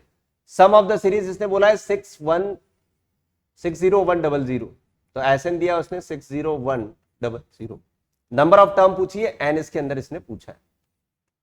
तो मैंने आप लोगों को बोला था कि जब भी एन पूछा जाएगा, सम का क्वेश्चन होगा, तो वो डेफिनेटली क्वाड्रेटिक इक्वेशन बनेगी। क्वाड्रेटिक इक्वेशन कैसे बनेगी देखो, एस एन इक्वल टू दिया हुआ इसने 60100, मुझे फॉर्मूला पता है n/2, 2a मतलब 4, n-1 इंटू डी कितना है भाई 3ad, ठीक है, इक्वल टू 60100। ये आपका हो जाएगा n 3n-3, तो ये हो जाएगा आपका 3n-3 प्लस 4, तो प्लस का 1, और 2 को उधर भेज दूं, ये आ जाएगा करेक्ट। तो क्वाड्रेटिक जो इक्वेशन बनेगी वो बनेगी 3n² प्लस का n -1202000 इक्वल टू 0। ये हमारे पास में क्वाड्रेटिक इक्वेशन बन जाएगी। अब इस क्वाड्रेटिक इक्वेशन को सॉल्व करने के लिए आपको डेटा जैसा कि दिख रहा है कि यार c एक भारी भरकम वैल्यू है, बहुत बड़ी वैल्यू है c, तो सीधा सीधा आप लोग जो अप्लाई करोगे वो क्या करोगे, by quadratic formula, by quadratic formula सीधा सीधा ये अप्लाई करना है ना फैक्टराइजेशन कुछ यूज नहीं करना, क्योंकि डेटा बहुत बड़ा है, टाइम वेस्ट हमें नहीं करना है, इसलिए डायरेक्ट आप क्वाड्रेटिक फॉर्मूला लगा दोगे, जो होगा x इक्वल टू माइनस का b plus minus under root b² minus का 4ac डिवाइडेड बाय 2a। तो इस फॉर्मूले को लगा के हम लोग इजीली आंसर के ऊपर पहुंच सकते हैं, ठीक है। आगे जैसा कि आप लोग को दिख रहा है कि n term of AP is given by, तो यहां देखो इस क्वेश्चन को मैंने इसलिए डाला हुआ है कि यहां आपको बहुत एक जरूरी कॉन्सेप्ट मैं आपको बताने वाला हूं, ठीक है। इंपॉर्टेंट कॉन्सेप्ट, इंपॉर्टेंट कॉन्सेप्ट, फिर क्वेश्चन पे अपन बाद में चलेंगे, पहले कॉन्सेप्ट की बात कर लेते हैं। देखो कॉन्सेप्ट आपका ये है कि जब भी आपको एन के अगर फॉर्मेट में दे दिया जाए, एन अगर आपको एन की फॉर्म में अगर दिया जा रहा है लीनियर फॉर्म में, तो जो डी होगा, D always coefficient of n होगा। तो इस केस में अगर मैं डी की बात करूं तो वो हमेशा क्या होगा, 5 होगा। डी कितना आ जाएगा इस केस में, 5 हो जाएगा। तो एमसीक्यू में डायरेक्टली आपसे पूछा जाता है कि what is the value of D if A N equal to n की फॉर्म में वो कुछ भी इक्वेशन बना के आपको दे दे, तो ऑलवेज डी जो होगा वो क्या होगा, आपका एन का कॉफिशिएंट होगा। तो डी सीधा सीधा मैं बता सकता हूं यहां से कितना होगा भाई, 5 होगा। इसने पूछा है कि सम ऑफ द 10 टर्म, तो एन मेरे पास 10 अवेलेबल है, डी मैंने निकाल लिया, कमी किसकी है, फर्स्ट टर्म की। तो सीधा आपको बोला है कि यार ए एन जो है वो आपका 5n-3 है। तो n की वैल्यू को अगर मैं यहाँ 1 पुट कर दूं तो भाई मेरे को फर्स्ट टर्म ही तो मिलेगी, कितनी, 2, फर्स्ट टर्म तो मिल जाएगी मुझे। भाई n की वैल्यू 1, n इक्वल टू 1 क्या रिप्रेजेंट करता है, first term, n equal to 2, second term n equal to 3, third term. तो a1 मेरे पास 2 हो गया, d मेरे को पता चल गया 5, और मुझे निकालना है 10 टर्म का सम निकालना है। तो इसका मतलब मुझे n जो दिया हुआ है वो 10 दिया हुआ है, ठीक है, n जो दिया हुआ है 10 दिया हुआ है। तो मैं ऐसा भी इसके अंदर कर सकता हूं कि 10 टर्म का सम अगर मुझे निकालना है तो मैं डायरेक्टली क्या a10 निकाल लूं। a10 कितना होगा आपका, 10 इंटू 5 50 माइनस 3 47। अब सम आपको निकालना है s10, फॉर्मूला ये होगा n/2 और a प्लस एल, एल का मतलब यहां पर a10 काम करेगा, लास्ट टर्म जो होगी। तो n की वैल्यू कितनी है भाई 10, तो 10/2, a आपका कितना आ गया था 2 प्लस 47, ये कट जाएगा आपका 5, आंसर आपका आ जाएगा 49 इंटू 5 दैट इज 245 इस क्वेश्चन का आंसर हो जाएगा। तो बहुत ही सिंपल क्वेश्चन था, सीधा सा आपको ये फंडा याद करना था कि n का जो कॉफिशिएंट होगा वो ही आपका d होगा। लेकिन अगर आपके पास, ठीक है, ये भी याद रखें, रिमेंबर अगर आपको एस एन करके मान लो दे दिया जाए, अगर ये होता 5n-3, तो फिर n का जो कॉफिशिएंट होगा वो d बिल्कुल भी नहीं होगा, वो सिर्फ an के लिए अवेलेबल है। n का जो कॉफिशिएंट होगा वो d नहीं होगा, ये बात ध्यान रखना। तो इस तरह के क्वेश्चन में आपको सिर्फ ये करना होगा कि n की वैल्यू 1, n की वैल्यू 2, n की वैल्यू 3, इस तरह से पुट करके फर्स्ट टर्म s1 ही होगी, सेकंड टर्म s2 जो आएगी हमारे पास में, s2 इक्वल टू जो आएगा, s2 का मतलब होता है सम ऑफ टू टर्म्स, तो पहली और दूसरी का सम मिला के वो आएगा, ठीक है। तो यहां d डायरेक्ट नहीं होगा, ये ध्यान रखना। अगला क्वेश्चन है आपका कि दो एपी है, उनका कॉमन डिफरेंस क्या है भाई, सेम है। कॉमन डिफरेंस क्या है, सेम है। फर्स्ट टर्म -1 है पहली एपी की, सेकंड टर्म इसकी -8 है सेकंड एपी की। Difference between their fourth term, तो मुझे पता है कि अगर ये फर्स्ट एपी है और इधर सेकंड एपी है, तो इसकी जो फोर्थ टर्म होगी वो मेरे पास में a1 + 3d होनी चाहिए, और इसकी जो फोर्थ टर्म आएगी वो आपको, इसकी अगर सेकंड टर्म को मैं a2 मान लूं, तो ये भी a2 + 3d होनी चाहिए, करेक्ट। इन दोनों का जो डिफरेंस आएगा, डिफरेंस जो होगा फोर्थ टर्म का, ठीक है, डिफरेंस जो होगा वो आपका आएगा a1 - a2, क्योंकि 3d और 3d तो कट जाएगा ये जब इन दोनों को आप लोग माइनस करोगे तो डिफरेंस जो आएगा वो a1 - a2 आएगा। a1 की वैल्यू -1 है, a2 की वैल्यू -8 है, तो आंसर आ जाएगा +7। डिफरेंस हमेशा प्लस में होता है, हमेशा याद रखना, difference is always positive value, तो 7 इसका करेक्ट आंसर हो जाएगा, ठीक है। आगे बढ़ते हैं। 7 times of the 7 term of AP is equal to 11 time of the 11 terms of this AP, then find the, यहां आपको निकालना था 16 नंबर की टर्म निकालना था शायद, ठीक है। इसमें 18 नंबर की टर्म आपको बतानी है कि व्हाट 18 टर्म आपकी क्या होगी, देन इट्स 18 टर्म, 18 टर्म क्या होगी, ठीक है। इसको करेक्ट कर लेंगे। अभी देखते हैं इसमें आपको बोला कि 7 नंबर जो टर्म है आपकी, 7 नंबर की जो टर्म है, तो 7 नंबर की टर्म को हम लिखते हैं a + 6d, इसका 7 टाइम इक्वल है 11 टाइम्स ऑफ 11th नंबर की term, that is a + 10d। यही फंडा यूज करेंगे इसमें, सॉल्व कर लेते हैं इसको। ये हो जाएगा 7a 42d, ये आपको हो जाएगा 11a + 110d, करेक्ट। तो एक काम करते हैं, सबको उधर ले जाते हैं, तो ये हो जाएगा आपका 4a + 68d = 0, 4 कॉमन ले लो तो a + 17d = कितना आ गया भाई, 0 आ गया, a + 17d = 0 आ गया। अब ध्यान से देखो, क्वेश्चन में पूछा है कि 18 नंबर की टर्म क्या होगी, तो एक बात बताओ भैया कि a18 को क्या हम लोग a + 17d लिख सकते हैं, और अभी अभी हमने इसकी वैल्यू 0 निकाल ली है, तो a18 कितना हो जाएगा यहाँ पे 0, a18 कितना हो जाएगा 0, तो इस क्वेश्चन का आंसर आएगा ऑप्शन डी, ठीक है। तो कॉन्सेप्ट बेस्ड क्वेश्चन है बिल्कुल, जो कॉन्सेप्ट आपको स्टार्टिंग में मैंने सिखा दिया कि यार किसी भी टर्म को आपको लिखना होगा तो आप उसको हमेशा एक कम डी लिखोगे, और जैसा क्वेश्चन में बोला गया है वैसा वैसा आप करोगे तो क्वेश्चन बहुत आसानी से सॉल्व कर सकते हो, ठीक है। क्वेश्चन आप लोग देख पा रहे हो कि जितने भी क्वेश्चन हम लोगों ने डिस्कस किए हैं ना, ये किसी न किसी ईयर में आए हुए हैं, सारे पीवाईक्यूज क्वेश्चन है, और जब आप लोग बोर्ड का एग्जामिनेशन दोगे नेक्स्ट ईयर, तो डेफिनेट सी बात है कि 100% यहां से डेटा मैच होगा, और इसी कॉन्सेप्ट के क्वेश्चन आएंगे वहां पर सीबीएसई में, ठीक है। बढ़ते हैं अगले क्वेश्चन की तरफ। AP start with the positive fraction, it is also important, one of the best question, अच्छा क्वेश्चन है, ठीक है। थोड़ा सा इसके अंदर थॉट प्रोसेस यूज होगा, तो थॉट प्रोसेस का यूज होगा इसके अंदर। इससे बोला कि एपी है जो पॉजिटिव फ्रैक्शन से स्टार्ट हो रही है, एपी हो रही है फ्रैक्शन से स्टार्ट, और every integer term, alternate term जो है वो इंटीजर है। इसका मतलब ये हो गया कि पहली टर्म अगर आपकी फ्रैक्शन है तो दूसरी इंटीजर होगी, फिर फ्रैक्शन आएगा, फिर इंटीजर आएगा, फिर फ्रैक्शन आएगा, फिर इंटीजर आएगा, ऐसे करते करते ये चलता हो जाएगा, पहले फ्रैक्शन इंटीजर, इस तरह से चलता हो जाएगा। अब इसने दिया क्या है, इसने बोला कि यार sum of the first 11 term is 33, मतलब आपको दे दिया कि S11 33 है, ठीक है। तो ये हो जाएगा 11/2, 2a + n-1d = 33।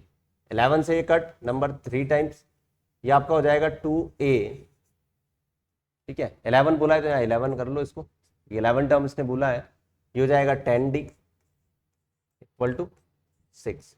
इसका मतलब हो गया कि a प्लस 5d जो आ रहा है वो आपका 3 आ रहा है।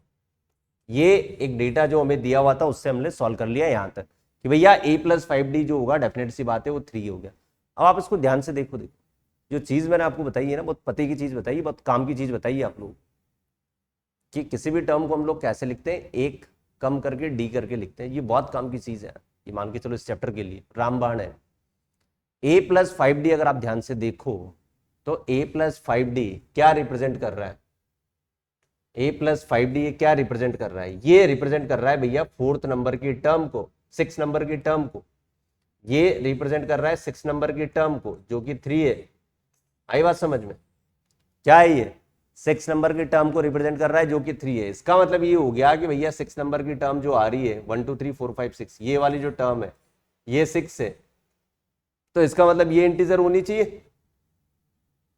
3, सॉरी ये 3 है, 6 नंबर की टर्म 3 है। तो इसका मतलब ये हो गया कि 4th नंबर की जो टर्म आएगी वो इंटीजर होनी चाहिए। ऑप्शन भी हमारे पास में इंटीजर है, इसने पूछा 4th ही है, यही पूछा है। तो मैं एक इसके अंदर एक एजम्पशन देके चलता हूं कि यार अगर ये 3rd है, ये अगर आपके पास 3rd है अवेलेबल में, तो अगर मैं इसको 2 ले लूं और इसको 1 ले लूं, ठीक है, तो फिर d का जो काम करेगा वो 0.5 अगर करता है तो ये 1/2 होगी, ये 3/2 होगी और ये 5/2 होगी। ऐसे ही होगा थॉट प्रोसेस से। तो इसका मतलब ये जो 4th नंबर की टर्म आ रही है हमारी, ये कितनी आ रही है 2, तो इसका आंसर हो जाएगा आपका 2, इसका क्वेश्चन का करेक्ट आंसर हो जाएगा। तो यहां पर आपको थॉट प्रोसेस से करना होगा, यहां आपको आइडिया लेना होगा कि यार a प्लस 5d जो 3 आया है वो डेफिनेट सी बात है 6 नंबर की टर्म है, तो जो कितनी होगी 3rd हो जाएगी। तो इससे जस्ट पहले जो टर्म आएगी वो फ्रैक्शन होगी और उसके पहले वाली जो टर्म आएगी अल्टरनेट जो बात कर रहा है क्वेश्चन में वो इंटीजर होगी। तो अगर ये 3 है तो ये 2 होगा, ये 1 होगा और ये 1/2, 3/2 और 5/2 के हिसाब से होगी। उसने बोला है कि फ्रैक्शन से, करेक्ट। चलते हैं आगे की तरफ। नेक्स्ट इसके अंदर ये बोला है कि the sum of the 2 n terms of equal to first n terms of this, मतलब इस सीरीज की 2 n टर्म्स का सम इस सीरीज की n टर्म के इक्वल है। तो जैसा बोला है वैसे कर दे। 2 n टर्म की बात कर रहा है तो ये 2n/2 हो जाएगा, 2a मतलब 4, n की जगह 2n आ जाएगा -1 और d की जगह भैया आ जाएगा यहाँ 3 इक्वल टू, इधर n टर्म की बात कर रहा है तो हो जाएगा n/2, 2a मतलब 57 इंटू 2 कितना हो जाएगा 114 प्लस n-1, और d की अगर बात करें तो d हो जाएगा आपका 2, d हो जाएगा आपका 2। दोनों को इक्वेट कर दिया, दोनों को सॉल्व कर लेते हैं हम लोग। अब देखो 2 से 2 काट दो यहाँ पे, ये हो जाएगा आपका n, ये हो जाएगा आपका 4 प्लस 3 2 जा 6n माइनस का 3, ठीक है। 2 से 2 को काट दे अपन यहाँ पे क्योंकि यहां भी 2 अवेलेबल है, चलो कोई बात नहीं। यहां ये n/2, ये हो जाएगा 114 प्लस 2n माइनस का 2, ठीक है, करेक्ट। यहां अगर मैं बात करूं तो ये देखो वैल्यू जो होने वाली डेटा हमारे पास में होने वाला है, ये हो जाएगा आपका n, ये हो जाएगा 6n प्लस का 1 और ये हो जाएगा n/2, ये आपका हो जाएगा 2n प्लस 112, ठीक है। और छोटा कर लेते हैं इसको, 6n स्क्वायर प्लस का n, 2 से 2 कटेगा ये हो जाएगा आपका n स्क्वायर और 2 से ये कटेगा आपका 56n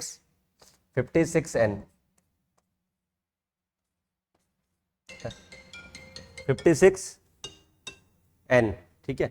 अब आप देखो 6n स्क्वायर इधर आएगा तो ये हो जाएगा 5n स्क्वायर, ठीक है, 5n स्क्वायर और n उधर जाएगा तो ये हो जाएगा आपका 55n, n उधर जाएगा तो कितना हो जाएगा 55n, n से n काट दो क्योंकि कॉमन लेके 0 लिखोगे तो n 0 तो हो नहीं सकता, तो n की वैल्यू यहां से आ जाएगी कितनी 11, n की वैल्यू आ जाएगी 11, तो n का आंसर होगा 11 यहां पर, ठीक है। तो जो करेक्ट आंसर होगा वो हो जाएगा 11, करेक्ट। तो इस तरह से इस क्वेश्चन को करना था, जैसा क्वेश्चन में बोला था हमने वैसा वैसा कर दिया कि पहली टर्म जो सीरीज है उसकी 2n टर्म का सम जो सेकंड सीरीज है उसके n टर्म्स के इक्वल है। तो फॉर्मूला लगा के सिर्फ कैलकुलेशन की है हमने और कुछ भी नहीं किया इसमें, तो कैलकुलेशन का विशेष ध्यान रखना है आप लोगों का। इस पे आ जाओ, इस तरह का क्वेश्चन अपन कर चुके हैं। डिफरेंस, कॉमन डिफरेंस की बात कर रहा है तो डी आ जाएगा यहाँ पर √12 माइनस √3। √12 को हम लिख सकते हैं 4 × 3 दैट इज 2 √3 माइनस का √3। तो डी आपका जो आएगा यहाँ से, डी आपका आ जाएगा √3, डी हमारा आ जाएगा √3। तो बहुत सिंपल क्वेश्चन था ये। For what value of k if k plus 9 2k minus 1 2k plus 7 are the consecutive terms of AP. तो स्टार्टिंग में बताओ, मैंने आप लोगों को बताया था कि एबीसी अगर एपी में है, 3 नंबर अगर आपके एपी में है, तो हमने बोला था कि यार मिडल वाले का जो 2 टाइम है वो a प्लस सी के इक्वल होगा। तो मिडल वाला आपका क्या है 2 2k minus 1 equal to a की वैल्यू k प्लस 9 और ये हो जाएगा आपका 2k प्लस 7। ठीक है, सिंपल सा है, सिंगल वेरिएबल में आ चुका है तो सॉल्व कर लेते हैं। हो जाएगा 4k माइनस का 2 3k प्लस 16।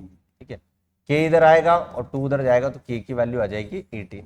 सिंपल सा क्वेश्चन है, 2 मार्कर लाइक क्वेश्चन है ये सारे हैं 2 मार्कर, ये वाला 2 मार्कर लाइक क्वेश्चन। ठीक है, आगे बढ़ते हैं। an 0 दिया है, what is the value of n कर चुके हैं पहले। ठीक है, ऑलरेडी डिस्कस ठीक है, कर चुके हैं इसको। What is the common difference, इस तरह के क्वेश्चंस में मैंने आप लोगों को बताया था कि A21 को लिखते हैं a प्लस 20d और इसको लिखते हैं a plus 6d equal to 84। भाई d का पता करना चाह रहा है तो a तो कट ही जाएगा, ये बचेगा आपका 14d इक्वल टू 84। d की वैल्यू आ जाएगी 6, 14 6 या 84, d की वैल्यू आ जाएगी 6, 14 6 या 84। ठीक है, बहुत सिंपल क्वेश्चन है ये भी, आपका आसान क्वेश्चन है। बढ़ते हैं आगे की तरफ। A4 अपॉन A7 और A6 अपॉन A8। ठीक है, ये आपको दिया हुआ है तो यहां पर भी हम लोग सेम अप्रोच यूज करने वाले हैं कि A4 को मैं लिखूंगा यार a प्लस 3d और यहां लिखूंगा a plus 6d equal to 2/3। कर लेते हैं क्रॉस मल्टीप्लिकेशन, तो ये हो जाएगा 3a plus 9d 2a plus 12d। a इधर आएगा और 9d उधर जाएगा तो a की वैल्यू आएगी 3d के इक्विवेलेंट में। ये एक रिलेशन हमें यहां से मिल जाएगा। अब आपसे जो रेशियो पूछा है उसने पूछा है कि यार a6 अपॉन a8 क्या होना चाहिए। तो a6 अपॉन a8 को क्या मैं ऐसे लिख सकता हूं, a plus 5d upon a plus 7d। ठीक है, a के प्लेस पे हम 3d पुट कर देते हैं तो 3d प्लस 5d और यहां हो जाएगा 3d प्लस 7d। ये हो जाएगा आपका 8d अपॉन 10d, d से d का किस्सा खत्म, फ्रैक्शन आपसे पूछा था, ये आ जाएगा 4/5। तो 4/5 इस क्वेश्चन का आंसर होगा। तो सिंपल सा लॉजिक है, यहाँ पर जो टर्म आपको फाइंड आउट करनी है उस टर्म्स के अंदर आपको प्रीवियस टर्म जो उसकी होगी उसमें एक डी कम करके इसके अंदर लिखना होता है आप लोगों को। ठीक है, बढ़ते हैं अगले क्वेश्चन की तरफ। Determine the AP whose third term is 5 and 7 term is 9। तो जैसा कि मैंने आपको बोला था कि इस चैप्टर के अंदर लीनियर इक्वेशन का कैसे यूज होगा, तो 5th नंबर की टर्म इसने बोला है, गिवन है कि ए थर्ड जो है वो 5 है। ठीक है, और साथ में 7th टर्म जो है वो 9 है भैया। तो मैं इसको ऐसे लिख सकता हूँ यार a प्लस 2d जो होगा वो 5 के इक्वल होगा, इक्वेशन 1। सब्जेक्टिवली दिया हुआ है तो सब्जेक्टिव की तरह सॉल्व करें। और a प्लस 6d जो होगा वो 9 के इक्वल होगा, सेकंड। तो from equation 1 and 2, from equation 1 and 2 इसमें हम लोग अप्लाई करेंगे एलिमिनेशन मेथड। तो ये हो जाएगा आपका a plus 2d equal to 5, a plus 6d equal to 9। Applying elimination, minus minus minus, a आपका कैंसिल आउट हो जाएगा, यहां आपका बचेगा माइनस का 4d और इधर आपका आएगा नेगेटिव। तो d की जो वैल्यू आने वाली है वो +1 आएगी, यहां से d जो होगा आपका +1 होगा। AP हमें निकालनी है तो AP कैलकुलेट करने के लिए हमें d और फर्स्ट टर्म इन दोनों की नीड होती है। तो d की वैल्यू को किसी भी एक इक्वेशन में पुट कर देंगे तो ये हो जाएगा a प्लस 2 × 1 इक्वल टू 5। तो a की वैल्यू आ जाएगी कितनी भाई, यहां से 3, a आ जाएगा 3। तो जो AP होगी, जो सीरीज बनेगी वो बनेगी आपकी 3 4 5 6 7 डॉट डॉट। ठीक है, कंटिन्यूस में आ जाएंगे आपके 3 4 5 6 7 डॉट डॉट डॉट, और यही हमें निकालना था AP। ठीक है, AP हमें निकालना था। Next, 4th term of AP is 0, prove that the 25th term of AP is 3 time of the 11th term. Given क्या है भाई इस क्वेश्चन के अंदर, ध्यान से समझिएगा कि जो गिवन है कि फोर्थ नंबर की टर्म जो है यार वो जीरो है। इसका मतलब हो गया कि a प्लस 3d जो होगा वो जीरो होगा। तो मैं यहां से ये भी तो बोल सकता हूँ कि a जो होगा वो माइनस 3d के इक्वल होगा। इसको इक्वेशन 1 दे दे। अब इसने बोला कि 25 नंबर की जो टर्म है वो 3 टाइम्स है 11 टर्म के, करेक्ट। तो मैं एक काम करता हूँ कि यार 25 नंबर की टर्म को क्या है, मैं a प्लस 24d लिख सकता हूँ। तो a25 is equal to a plus 24d है ना। तो एक काम करते हैं हम लोग a के प्लेस पे माइनस का 3d लिख देते हैं और यहाँ 24d लिख देते हैं। तो a25 जो आने वाला है वो आएगा आपका 21d। This is the equation 2, ठीक है। 25 नंबर की टर्म हमने कैलकुलेट कर ली, 11 टर्म से कंपेयर कर रहा है तो एक बार a 11 को भी देख लेते हैं। ये हो जाएगा a प्लस 10d, a की जगह माइनस का 3d पुट करेंगे प्लस का 10d, तो ये आपका आ जाएगा 7d आ जाएगा, यहाँ a 11 आ जाएगा। दोनों को कंपेयर करने के लिए मैं एक काम करता हूं कि सेकंड इक्वेशन में थर्ड इक्वेशन का डिवाइड कर देता हूं। तो ये आ जाएगा a25 upon a11 equal to 21d upon 7d। आप देख पा रहे हो कि यार d से d कैंसिल, 7 से ये 3 टाइम कैंसिल। तो यहां से मैं ऐसा बोल सकता हूं कि a25 जो होगा वो 3 टाइम्स ऑफ a11 होगा। यही चीज आपको प्रूफ करनी थी। स्टेटमेंट में यही बोला है कि जो आपकी 25 नंबर की टर्म होगी वो 3 टाइम ऑफ 11th नंबर की टर्म से 3 टाइम्स होगी।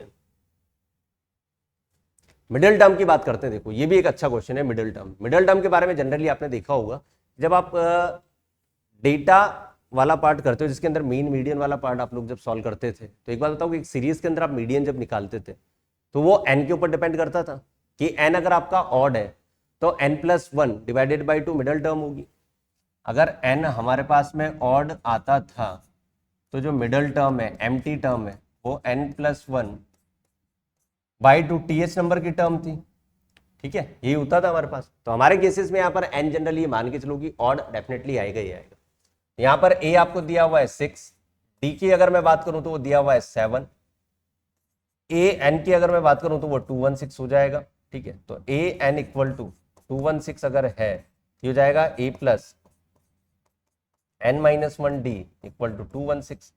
तो a की जगह आ जाएगा 6, n मुझे कैलकुलेट करना है, ये हो जाएगा आपका 7 इक्वल टू 216। तो यहां से n जो आएगा आपका वो आ जाएगा 216 डिवाइडेड बाय माइनस का 6 डिवाइडेड बाय 7 और प्लस का 1, इतना आपको करना पड़ेगा। तो ये आ जाएगा आपका 216 माइनस 210 30 31, n हमारे पास में आया 31, ठीक है। तो जो मिडिल टर्म होगी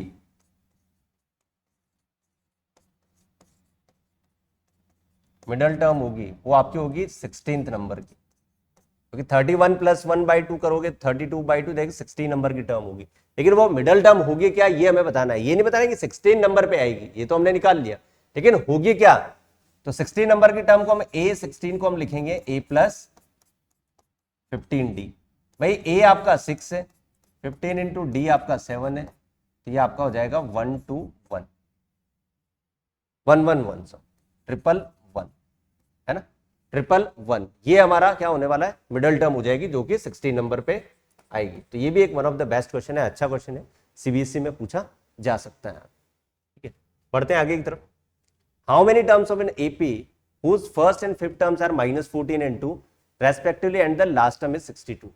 तो फर्स्ट टर्म की अगर ये बात कर रहा है तो ये माइनस का 14 है जैसा कि इसने बोला है, और फिफ्थ नंबर की टर्म की बात कर रहा है a5, ये आपकी 2 है। तो मैं इसको a प्लस 4d लिख दें, a की वैल्यू -14 गिवन है प्लस 4d इक्वल टू 2। तो d यहां से कितना आ जाएगा भाई, माइनस ये हो जाएगा आपका प्लस 4 आ जाएगा, ये d आपका 4 आ जाएगा, ठीक है। इसने बोला है कि लास्ट टर्म 62 है, तो कितनी टर्म इसके अंदर होगी। तो आपको an 62 इसने दे दिया, ये होगा आपका a plus n-1 d equal to 62। a के प्लेस में हम लिखेंगे माइनस का 14, n हमें कैलकुलेट करना है, d की वैल्यू 4 आ चुकी है इक्वल टू 62। तो ये हो जाएगा n-1 इंटू 4 इक्वल टू, ये हो जाएगा 4 और 2 6, 6 और 1 7।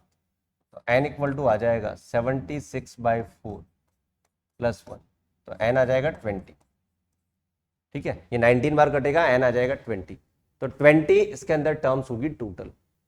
तो एपी के क्वेश्चन करने के लिए सबसे पहले आपको डेटा लिख लेना है कि यार डेटा हमें क्या क्या गिवन है। ए गिवन है, A5D, ए और डी हमें मेन चाहिए होते हैं अर्थमेटिक प्रोग्रेशन के क्वेश्चंस को करने के लिए। अगर आपने ए और डी निकाल लिया तो ये मान के चलो कि आप जो जो उसने पूछा है वो सब कुछ आपको कैलकुलेट कर सकते हो। Which term of the AP is the first negative term, ये भी आपका बहुत अच्छा क्वेश्चन है, स्टार बना लो इसके ऊपर, इंपॉर्टेंट। ठीक है, विच टर्म ऑफ एपी, उसने पूछा है कौन से नंबर की टर्म आपकी क्या होगी, फर्स्ट नेगेटिव टर्म होगी। तो मैं मान लेता हूं लेट nth टर्म जो होगी, nth term is first negative.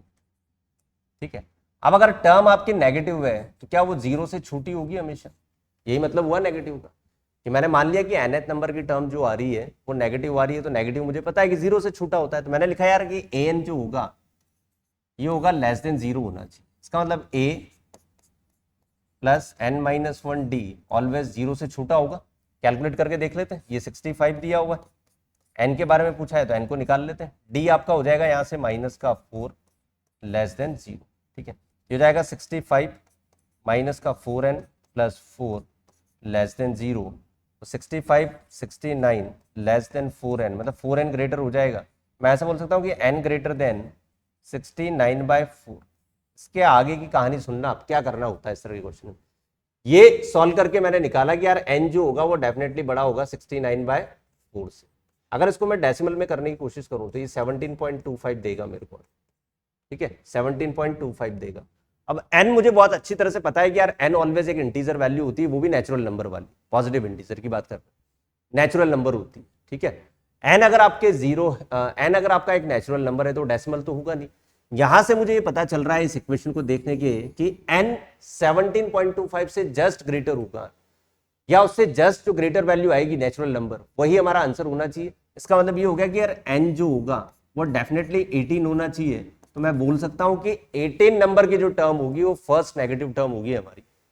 18 number की जो टर्म होगी फर्स्ट नेगेटिव टर्म होगी। इसको मैं आपको निकाल के भी बता देता हूं कि A18 अगर अपन निकालना चाहें तो ये हो जाएगा A प्लस 17D, ए की जगह हम पुट करेंगे क्या 65, और 17 इंटू डी आप रखोगे -4, तो 65 - 68, तो ये आ जाएगा आपका -3।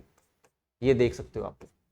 तो ये मैंने आपको चेक करके भी बता दिया यहां पर कि जो A18 होगा वो -3 आ रहा है, मतलब 18 नंबर पे जो टर्म आएगी that is the first negative term. इसके पहले जितनी भी टर्म्स होगी सारी ही पॉजिटिव होगी। ठीक है, next the 7 term of AP is 1/9 and 9 term is 1/7। ठीक है, बहुत ही अच्छा क्वेश्चन है, बहुत ही सुंदर सा क्वेश्चन है। जैसा दिया हुआ वैसा हम लोग कर लेते हैं। मैं मान लेता हूं कि यार लेट जो फर्स्ट टर्म है वो a है और कॉमन डिफरेंस आपका d है। ठीक है, कॉमन डिफरेंस आपका d है। अब अकॉर्डिंग टू क्वेश्चन मुझे दिया हुआ है कि 7 टर्म ऑफ एपी A7 वो दिया हुआ है 1/9 और 9th टर्म A9 दिया हुआ है 1/7। मतलब 7 नंबर की तो 1/9 है, 9 नंबर की 1/7 है। देख पा रहे हो और कैसे दिया हुआ है, चूल जाल यहाँ पे। लेकिन मैं तो ये जानता हूं कि A प्लस 6D को मैं 1/9 लिख सकता हूं। ठीक है, ऐसे ही मैं यहाँ पर A प्लस 8D को 1/7 लिख सकता हूं। ठीक है, इक्वेशन 1 और 2। तो दोनों को मैं सॉल्व करके एटलीस्ट कम से कम A और D तो कैलकुलेट कर ही सकता हूं। तो कैलकुलेट करके देख लेते एक बार A और D आप लोगों को क्या मिल रहा है। अगर A plus 6D equal to 1/9 है और A प्लस 8D ये 1/7 है, दोनों को कर लेते हैं माइनस, A कैंसिल, यहां आपका बचेगा माइनस का 2D। 1/9 में से 1/7 जाएगा तो 7 - 9 माइनस का 2 अपॉन ये हो जाएगा आपका 63। 2 से 2 कैंसिल, माइनस माइनस कैंसिल, तो D जो आने वाला है दैट इज 1/63। D की वैल्यू मैंने निकाल ली 1/63। अब कमाल की बात क्या है इसके अंदर कि यार डेटा सारे इतने कैसे हो सकते हैं। उसने पूछा है कि 63 नंबर की टर्म भी, यही बताओ कि 63 टर्म क्या हो गया। क्या पूछा उसने, 63 नंबर की टर्म क्या होगी। तो D आया आपका 1/63। किसी भी एक इक्वेशन में पुट करके अगर चेक करें तो A plus 6 into 1/63 equal to 1/9, तो a इक्वल टू आ जाएगा 1/9 माइनस, इसको काट कर लें, 3 से 2, 3 से 21, तो 2/21 कर लें इसको, ये आपका हो जाएगा कितना 3, ये हो जाएगा आपका 9 और 3 का हो जाएगा आपका, डायरेक्टली कर लेते हैं चलो, 21 माइनस 18 और 9 इंटू 21, क्यों टाइम वेस्ट करें आप, ठीक है। तो a की वैल्यू आ जाएगी 3 से 3, तो ये भी 1/63 आ जाएगा, ये भी आपका 1/63 आ जाएगा।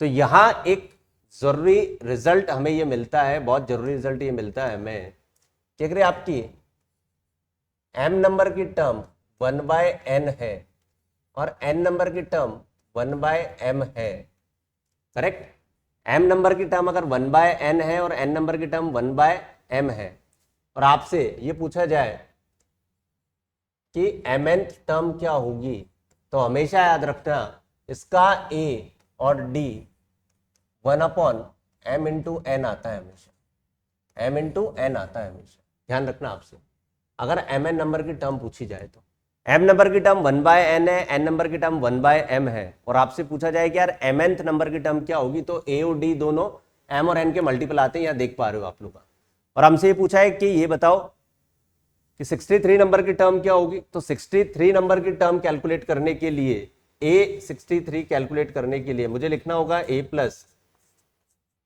62d, तो लिख लेते हैं a 1/63 है प्लस 62 इंटू ये भी 1/63 है। ध्यान से देखो इन दोनों को जब आप लोग सॉल्व करोगे ना भैया, तो a63 आने वाला है कितना, एलसीएम 63 आएगा, तो ये आ जाएगा आपका 1, तो ये जो टर्म होगी a mn नंबर की टर्म ऑलवेज 1 आती है, ऑलवेज 1 आती, तो बहुत ही कमाल का क्वेश्चन है, वेरी वेरी इंपॉर्टेंट।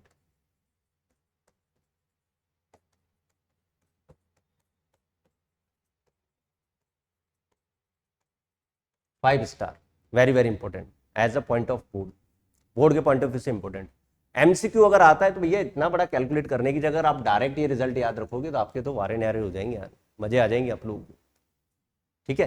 तो ये अप्रोच याद रखना बहुत जरूरी है, तो 1 इसका आंसर आने वाला है इस केस में, ठीक है। बढ़ते हैं आगे की तरफ। नेक्स्ट जो क्वेश्चन है कि sum of the second and 7 term of AP is 30, second number की सम मतलब a plus D and 7 number की टर्म a प्लस 6d, यही दिया हुआ है, इन दोनों का सम दिया हुआ है 30, ठीक है। यहां से सॉल्व कर लेते हैं भाई, ये 2a प्लस 7d ये 30 के इक्वल हो जाएगा। सिमिलरली बोला है इसने कि 15 term 1 less than twice of 8th term, जो 15 नंबर की टर्म है वो 8th टर्म से एक कम है, 1 लेस देन है, आई बात समझ में, तो ऐसा लिख दें इसको a प्लस 14d, इसको लिखेंगे a प्लस, क्या लिखे इसको, ये हो जाएगा आपका a प्लस 7d माइनस का 1, a और a कैंसिल, 7d इधर आएगा तो कितना बचेगा भाई, 7d इक्वल टू 1, d की वैल्यू आ जाएगी आपकी माइनस का 1/7, d की वैल्यू आ जाएगी माइनस का 1/7, तो 2a प्लस 7 इंटू माइनस का 1/7 इक्वल टू 30, 7 और 7 कैंसिल, -1 उधर जाके प्लस का 1 हो जाएगा, यही होगा, तो a आपका आ जाएगा 31/2, a आ जाएगा 31/2, a हमारे पास में आ चुका है, d हमारे पास में आ चुका है। अच्छा, ट्वाइस ऑफ 8th बोला है, the 15 term is 1 less than twice of 8th term, twice of 8 term मतलब यहाँ पर 2 लगाना होगा, यहाँ 2 लगाना होगा, तो ये 2a हो जाएगा, ये आपका कितना हो जाएगा 2a, रफी कर लेते हैं इसको, दोबारा कर लेते हैं एक बार, ठीक है, दोबारा कर लेते हैं इसको, क्योंकि फ्रैक्शन में तो चांसेस कम होते हैं आने के। इसने बोला है कि a15 मतलब a plus 14d is equal to twice of a plus 7d minus 1, ये बोला है इसने भैया, तो a plus 14d 2a plus 14d minus 1, ठीक है, 14d माइनस 1, तो 14d से 14d कटेगा, इस बार 1 इधर आएगा और a उधर आएगा, तो a की वैल्यू 1 मिल जाएगी आपको, ए की वैल्यू कितनी मिल जाएगी 1। ए की वैल्यू 1 यहां पर पुट करोगे तो ये हो जाएगा 7d इक्वल टू 28। डी की वैल्यू आ जाएगी आपकी 4, डी 4 आएगा और ए 1 आएगा। तो जो सीरीज की बात कर रहा है एपी की ये बात कर रहा है, तो एपी हमारे पास में बनेगी भाई ए आपका 1 आया, 1 5 9 13 17 डॉट डॉट डॉट। ठीक है, डॉटेड जरूर लगाना है, तो ये नहीं बोला कि 4 टर्म बताओ 5 टर्म बताओ, डॉटेड करके सीरीज जरूर बनानी है आप लोग। तो ये भी आपका बहुत अच्छा क्वेश्चन था। ठीक है, सिंपल क्वेश्चन था ये। बढ़ते हैं अगले क्वेश्चन की तरफ। The sum of the first 15 term of AP is 750 and its first term is 15, find the 20 term. Sum दे दिया इसने भैया, एस 15 आप लोगों को दे दिया इसने, है ना, ध्यान से देखना है यहाँ पर कि एस 15 की वैल्यू जो गिवन है एस 15 ये दिया हुआ है 750। इसके ऊपर ये लाइन जरूर आप लोगों को लिखनी होती है कि first term is A and common difference is D. ये हर क्वेश्चन के अंदर आपको लिखना है। इसने बोला कि फर्स्ट टर्म 15 है, फर्स्ट टर्म 15 है, तो फॉर्मूला मुझे पता है कि 15/2 मतलब n/2। 2a की वैल्यू 15 है तो 2 इंटू 15, n-1 15-1 और d यहां पर लगा देते हैं, दैट इज 750। ठीक है, सॉल्व कर लेते हैं इसको। 15 से तो पहले इसको कैंसिल कर दे 50 टाइम, ये हो जाएगा आपका 30 प्लस 14d इक्वल टू 100। 2 उधर जाएगा क्रॉस मल्टीप्लाई में, 14d इक्वल टू बनेगा आपका 70, d की वैल्यू आ जाएगी 5, d यहां से मिल जाएगा आपको 5। अब इसने बोला कि 20 टर्म क्या होगी इसकी, 20 टर्म a 20 कितना होगा, ये हो जाएगा a प्लस 19d। a की वैल्यू कितनी दी हुई है 15, 19 इंटू डी कितना दे दिया भाई 5, तो 95 और 5 100 और 10 110, A20 जो आएगा 110, 95 और 5 100 और 10 110, 110 इसका आंसर आ जाएगा। ठीक है, the ratio of the 11 term to 17 term of AP is 3/4. Find the ratio of 5th term to the 21 term of the same AP. Also find the ratio of the sum of the first 5 term to the that of 21 terms. अच्छा question है। ठीक है, ये question आपका 5 marker का question, 5 marker का question. ठीक है, तो करते हैं इसको सॉल्व। फर्स्ट लाइन हम लोग यही लिखेंगे कि first term is A and common difference is D. इसने बोला था रेशियो ऑफ 11 टर्म, इसका मतलब क्या कि A11 अपॉन A17 जो आपको दिया हुआ है दैट इज आपको दिया हुआ है 3/4। सिंप्लीफाई जब आप लोग करोगे इसको तो ये हो जाएगा a प्लस 10d, ये हो जाएगा आपका a प्लस 16d 3/4। ठीक है, 3/4। Find the ratio of the 5th to 21 term. ठीक है, 51 टर्म का रेशियो निकालना, तो पहले इसको मुझे सिंप्लीफाई करना होगा। ये हो जाएगा आपका 4a प्लस 40d, ठीक है, equal to 3a plus 48d। a इधर आएगा और 40 उधर जाएगा तो a इक्वल टू 8d। ये एक रिलेशन आपको a और d में आपको मिल जाएगा।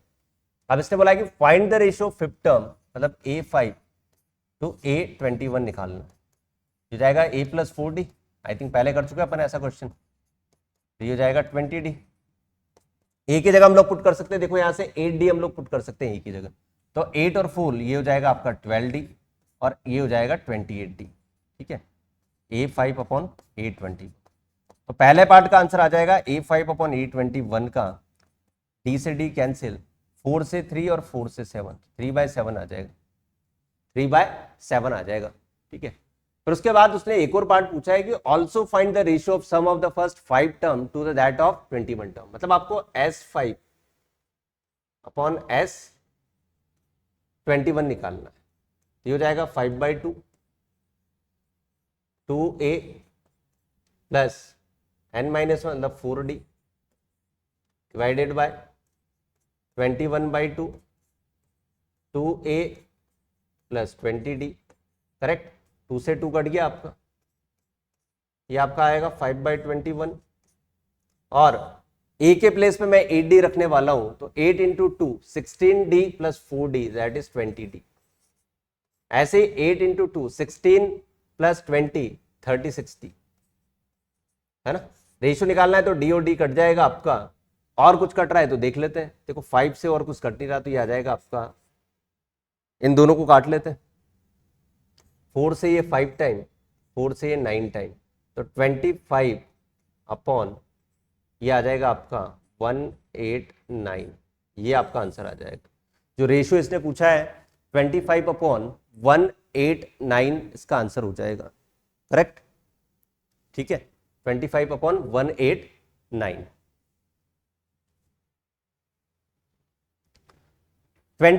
250 logs are stacked in the following manner: 22 in the first in the bottom, 22 in the next row, 20 in the row। मतलब ये हो गया कि बॉटम टू टॉप, बॉटम से टॉप पे जब हम चल रहे हैं तो स्टैक्स क्या होते जा रहे हैं, डिक्रीज हो रहे हैं।